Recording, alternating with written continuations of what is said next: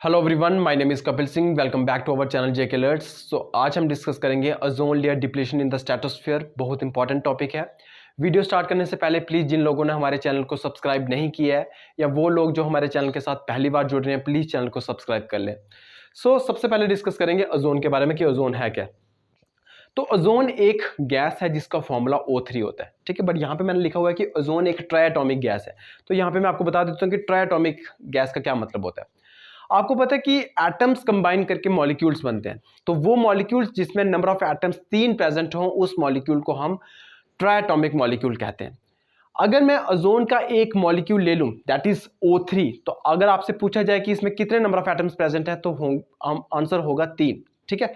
तो मतलब ओजोन के मॉलिक्यूल में 3 नंबर ऑफ एटम्स प्रेजेंट हैं, तो इसका मतलब ओजोन का जो मॉलिक्यूल हुआ वो ट्राइएटॉमिक मॉलिक्यूल हुआ और बड़े सारे मॉलिक्यूल के साथ मिलके ये ओजोन गैस बनती है, इसीलिए ओजोन को ट्राइएटॉमिक गैस कहा जाता है। क्लियर, ठीक है। तो एग्जाम में पूछा जा सकता है आपको कि ओजोन कैसी गैस है, मोनोटॉमिक गैस है, डायटॉमिक गैस है, ट्राइएटॉमिक गैस है, ठीक है। तो ये ट्राइएटॉमिक गैस है, इसका फॉर्मूला O3 होता है। बट अगर इसका मैं कंपैरिजन करूं ऑक्सीजन गैस के साथ, तो ऑक्सीजन गैस जो है वो डायटॉमिक गैस है। क्यों? क्योंकि उसका जो फॉर्मूला होता है वो O2 होता है। अगर ऑक्सीजन का एक मॉलिक्यूल मैं ले लूं, उसके एक मॉलिक्यूल में 2 नंबर ऑफ एटम्स प्रेजेंट होते हैं ऑक्सीजन के, ठीक है। इसलिए ऑक्सीजन जो है वो डायटॉमिक गैस है। क्लियर। अब बात करें इसकी लोकेशन की कि ओजोन गैस कहां पे प्रेजेंट होती है, तो आपको पता है कि हमारा जो एटमॉस्फेयर है, एटमॉस्फेयर बड़ी सारी लेयर से बना होता है। मतलब ट्रोपोस्फेयर, स्ट्रेटोस्फेयर, मीजोस्फेयर, थर्मोस्फेयर, ठीक है। तो इसकी जो लोकेशन है, ओजोन गैस की जो लोकेशन है वो है स्ट्रेटोस्फेयर। मतलब एटमॉस्फेयर का कौन सी लेयर में प्रेजेंट होती है? स्ट्रेटोस्फेयर। बहुत इंपॉर्टेंट, एग्जाम में पूछा जा सकता है कि कौन सी लेयर में ओजोन गैस प्रेजेंट होती है, दैट इज स्ट्रेटोस्फेयर। क्लियर। अब बात करते हैं टाइप्स ऑफ ओजोन की। तो दो तरह की ओजोन होती है, एक होती है बैड ओजोन, एक होती है गुड ओजोन, ठीक है। सबसे पहले बात करते हैं बैड ओजोन के बारे में। एटमॉस्फेयर के लोअर पार्ट में बनती है बैड ओजोन, ठीक है। और ये बहुत ज्यादा हार्मफुल होती है प्लांट और एनिमल्स के लिए, इसीलिए इसको बैड ओजोन कहा जाता है। क्लियर। और ये याद रखना, एटमॉस्फेयर के लोअर पार्ट में बनती है ये बैड ओजोन, ठीक है। अब बात करते हैं गुड ओजोन के बारे में। गुड ओजोन जो है ये एटमॉस्फेयर के अपर पार्ट में बनती है, जिसको हम स्ट्रेटोस्फेयर बोलते हैं, ठीक है। और इसको गुड ओजोन इसलिए बोलते हैं क्योंकि ये शील्ड की तरह काम करती है। ये ओजोन लेयर, ये गुड ओजोन शील्ड की तरह काम करती है। अब शील्ड की तरह काम करती है का मतलब क्या हुआ? जैसे आपको पता है कि सन से बहुत ज्यादा हार्मफुल रेज आती हैं, जैसे कि अल्ट्रावायलेट रेज। और आपको पता है कि अल्ट्रावायलेट रेज इतनी ज्यादा डेलिटोरियस हैं कि ये अर्थ पे आ जाएंगी तो प्लांट्स और एनिमल को बहुत सारी डिजीज कॉज कर सकती है। क्लियर। तो ये जो गुड जोन है ये एक शील्ड की तरह काम करेगी और अल्ट्रावायलेट रेज को अर्थ पे आने से रोकेंगी, ठीक है। इसलिए इसको मतलब गुड जोन कहा जाता है, क्योंकि ये शील्ड की तरह काम कर रही है और अल्ट्रावायलेट रेज को मतलब अर्थ पे आने से बचा रही है, ठीक है। बहुत इंपॉर्टेंट है। अल्ट्रावायलेट रेज की अगर मैं बात करूं, बहुत ज्यादा हार्मफुल होती है। सपोज करो जैसे आपको पता है कि हर एक लिविंग ऑर्गेनिज्म का स्ट्रक्चरल एंड फंक्शनल यूनिट है सेल। मतलब हर एक लिविंग ऑर्गेनिज्म सेल से बना होता है। आपको पता है कि सेल में डीएनए प्रेजेंट होता है, प्रोटीन्स प्रेजेंट होते हैं, ठीक है। डीएनए और प्रोटीन्स में मॉलिक्यूल्स प्रेजेंट होंगे और आपको पता है कि एक मॉलिक्यूल को जोड़ने के लिए दूसरे मॉलिक्यूल के साथ उनके बीच में एक फोर्स होती है जिसको हम केमिकल बॉन्ड कहते हैं, ठीक है।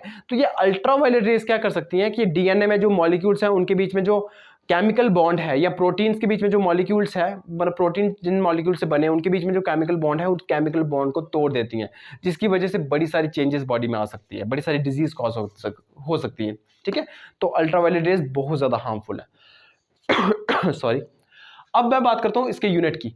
मतलब कि ओजोन की थिकनेस मेजर करने के लिए एक यूनिट यूज किया जाता है जिसका नाम है डॉप्सन यूनिट। ये बहुत इंपॉर्टेंट है, ठीक है। एग्जाम में पूछा जा सकता है कि ओजोन की थिकनेस मेजर करने के लिए कौन सा यूनिट यूज किया जाता है, वो है डॉप्सन यूनिट। और ये साइंटिस्ट के नाम पे रखा गया है। साइंटिस्ट है एक डॉप्सन नाम के, ठीक है। उन्हीं के नाम पे इसका यूनिट रखा गया है, डॉप्सन यूनिट, ठीक है। आई होप इतना क्लियर हो गया होगा आपको। और बहुत सारी इंपॉर्टेंट बातें हैं, ये सारी की सारी चीजें जो मैंने अभी बताई सारी की सारी इंपॉर्टेंट है। अब बात करते हैं कि ओजोन गैस बनती कैसे है, ठीक है। ओजोन गैस बनती कैसे है, तो मैं आपको बता दूं कि जैसे कि मैंने आपको बताया कि अल्ट्रावायलेट रेस वैसे तो अर्थ पे नहीं आती है बट थोड़ी बहुत आती है, ठीक है। थोड़ी बहुत आती है, जिसकी वजह से होता क्या है कि एटमॉस्फेयर में आपको पता है कि ऑक्सीजन गैस प्रेजेंट रहती है, ठीक है। तो जिस ऑक्सीजन मॉलिक्यूल पे, ठीक है, ये अल्ट्रावायलेट रेस गिरेंगी, ठीक है, उस मॉलिक्यूल को ये तोड़ देंगे, मतलब 2 ऑक्सीजन एटम में तोड़ देंगी, ठीक है। बट आपको मैंने अभी बताया कि सारे मॉलिक्यूल पे नहीं गिरेंगी, ठीक है। कुछ मॉलिक्यूल्स होंगे जिन पे अल्ट्रावायलेट रे जो है वो नहीं गिरेंगी। तो वो मॉलिक्यूल्स उन ऑक्सीजन एटम के साथ कंबाइन करके, मतलब O2O के साथ कंबाइन करके O3 बनाता है, ठीक है। और ऐसे बड़े सारे O3 बनते हैं, ठीक है, O3 के मॉलिक्यूल्स बनते हैं, और इन्हीं मॉलिक्यूल्स की कॉम्बिनेशन से फिर गैस का गैस बनती है जिसको हम ओजोन गैस कहते हैं। क्लियर? तो ये ओजोन का बनना, ठीक है, ओजोन का डिग्रेड होना, ये सब स्ट्रेटोस्फीयर में चलता है, ठीक है। मतलब इनका बैलेंस होना चाहिए। Clear? There should be a balance between production and degradation of ozone in the stratosphere, ठीक है।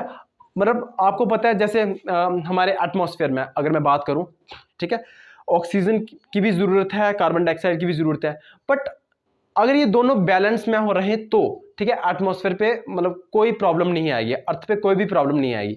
बट आपको पता है कार्बन डाइऑक्साइड बढ़ती जा रही है, ठीक है, इम्बैलेंस हो रहा है, ठीक है, कार्बन डाइऑक्साइड बढ़ती जा रही है जिसकी वजह से ग्लोबल वार्मिंग बढ़ती जा रही है ना।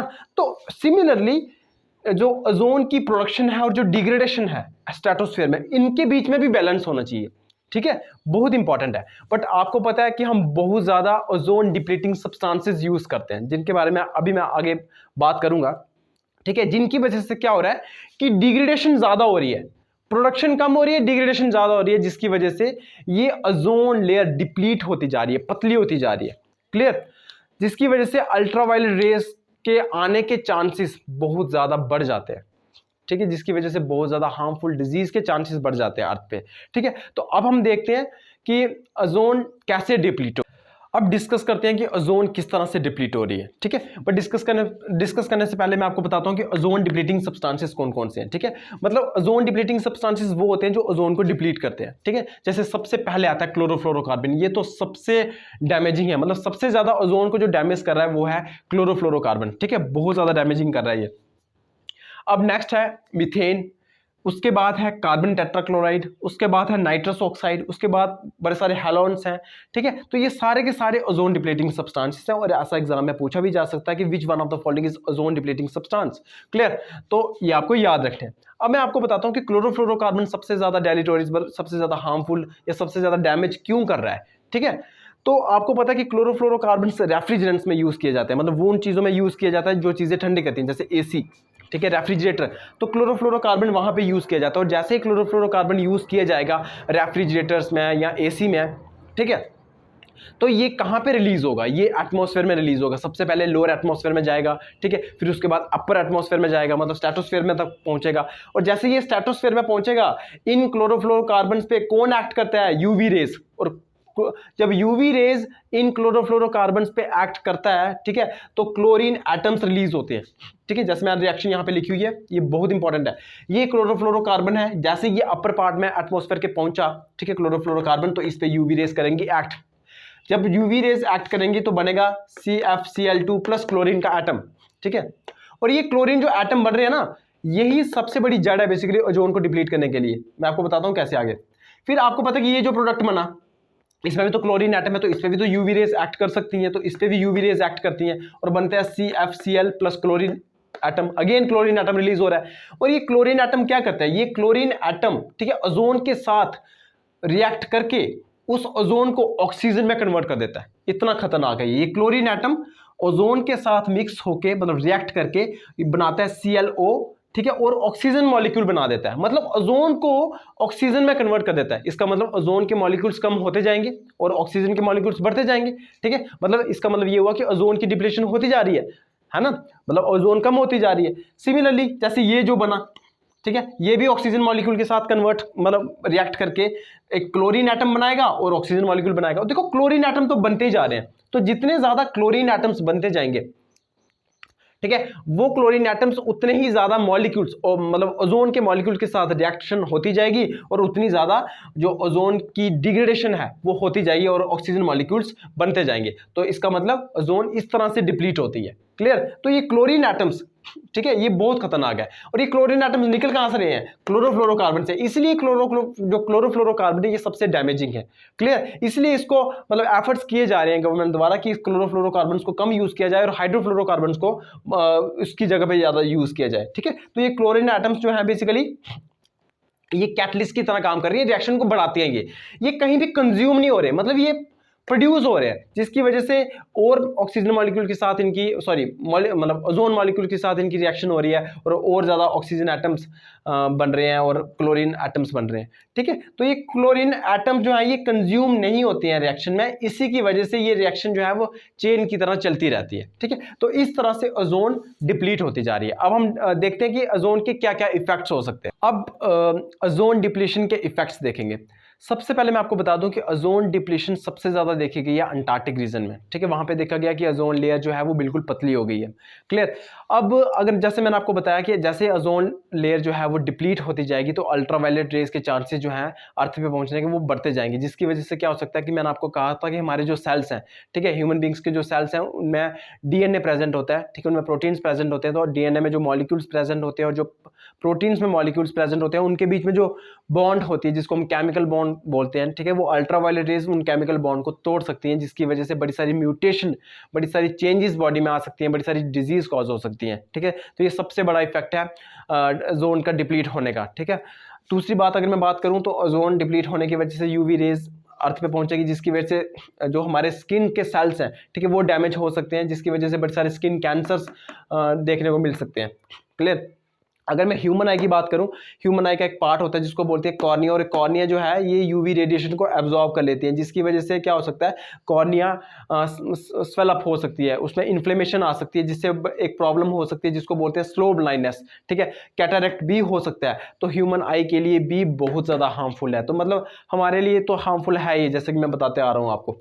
ठीक है, तो ये सब हो क्यों रहा है, ओजोन डिप्लीट हो क्यों रही है, हम जो ओजोन डिप्लीटिंग सब्सटेंसेस यूज कर रहे हैं। ठीक है, तो जब ये बहुत ज़्यादा कंसर्न बन गया, एक चिंता का विषय बन गया, ठीक है, तो बड़ी सारी कंट्रीज ने एक इंटरनेशनल ट्रीटी साइन की। ठीक है, इसी चीज़ को देखते हुए कि ओजोन डिप्लीशन के बड़े सारे हार्मफुल इफेक्ट्स देखने को मिल रहे हैं। ठीक है, तो एक इंटरनेशनल ट्रीटी साइन हुई जिसको बोलते हैं मॉन्ट्रियल प्रोटोकॉल। तो बहुत ज़्यादा इंपॉर्टेंट है ये एग्जाम में पूछा जा सकता है। ठीक है, कि ओजोन से रिलेटेड कौन सा प्रोटोकॉल, कौन सी ट्रीटी साइन की गई थी, तो वो है मॉन्ट्रियल प्रोटोकॉल, और ये कनाडा का एक शहर है मॉन्ट्रियल, वहां पे किया गया था 1987 में। क्लियर, ये बहुत इंपॉर्टेंट है। और कुछ साइंटिस्ट ने फिर ये डिस्कवर किया कि O3 की डिस्ट्रक्शन किस तरह से हो रही है। ठीक है, तो वो ये तीन साइंटिस्ट थे, शेरवुड, मारिया एंड पॉल, ये तीन साइंटिस्ट थे जिन्होंने ये देखा कि ओजोन की डिप्लीशन हो रही है, ओजोन की डिस्ट्रक्शन हो रही है, और इसके लिए मतलब इस चीज़ के लिए उनको नोबेल प्राइज भी दिया गया 1995 में। तो सारी इंपॉर्टेंट बातें इस वीडियो में मैंने बता दी हैं। ठीक है, फिर भी अगर आपको कोई डाउट होगा तो आप कुछ पूछना चाहते होंगे तो कमेंट सेक्शन में आप पूछ सकते हैं। ठीक है, सो मिलते हैं नेक्स्ट वीडियो में। Till then good bye.